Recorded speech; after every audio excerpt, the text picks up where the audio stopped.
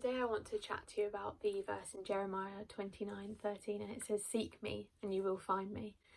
And the reason I want to speak about this verse today is because God has already given us the availability to go out and speak to him. He has already made it possible for us to be in a conversation with him and openly speak to him, because previously in the Old Testament you can see that people would have to go through a priest to speak to God, and they couldn't pray like we can.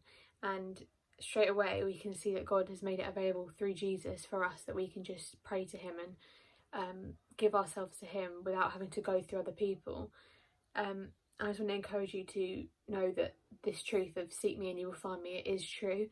And if you seek God, which means to go after him and find him, he will make himself available to you. And as he already sent Jesus, you kind of know that God has already made the first move. He's already waiting for you. He sent Jesus for you.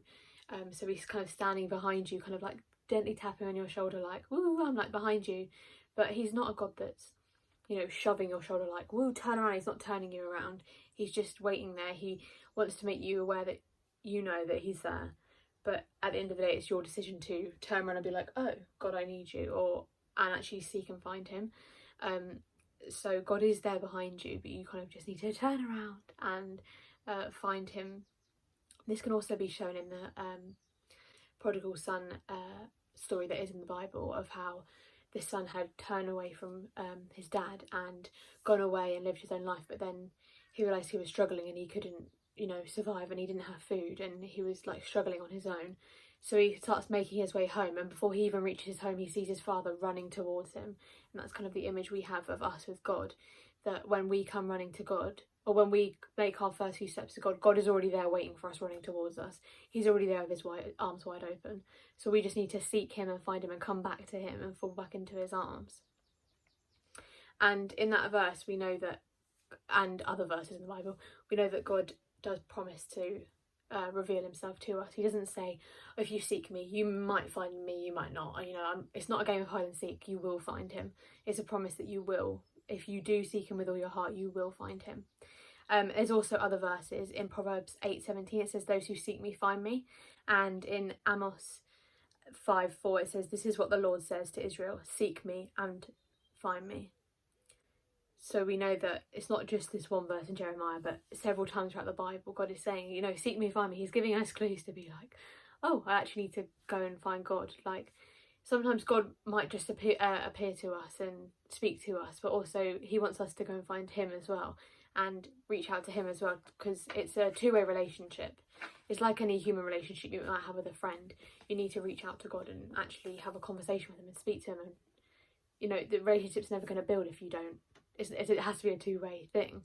But also, if you're at a position where, I have been seeking God, but I can't seem to find him, God is on his own time scale. He's not on the earthly time that we have. It's not right, God, answer me by the end of the day, otherwise. No, God works on his own time schedule.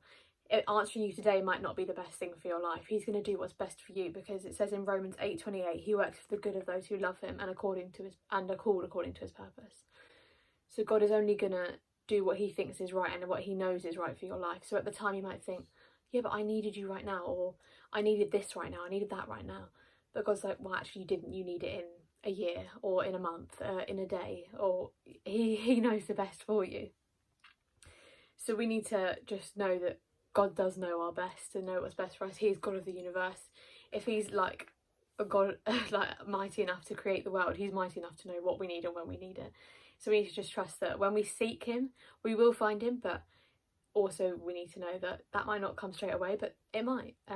We just need to rest and know that God works all things together for the good of those who love him in his perfect timing, and he will come through. So because he is a God of his word and he keeps his promises, he doesn't just say them for the sake of it. And also with these verses, none of these verses of seek me and find me, he didn't repeat it for the sake of repeating it, being oh, I don't know what else to put in the Bible, I just shoved that word in a couple more times.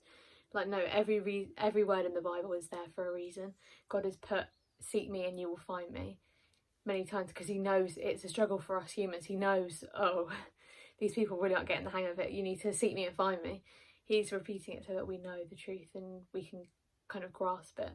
So I just want to encourage you that none of the words in the Bible are there for a mistake. None of them are filler words. They're all there for a reason and a purpose. So you need to just take all the Bible as a whole and understand it all as it comes. So that encourages you to seek God, and he will reveal himself to you in his own timing that is perfect.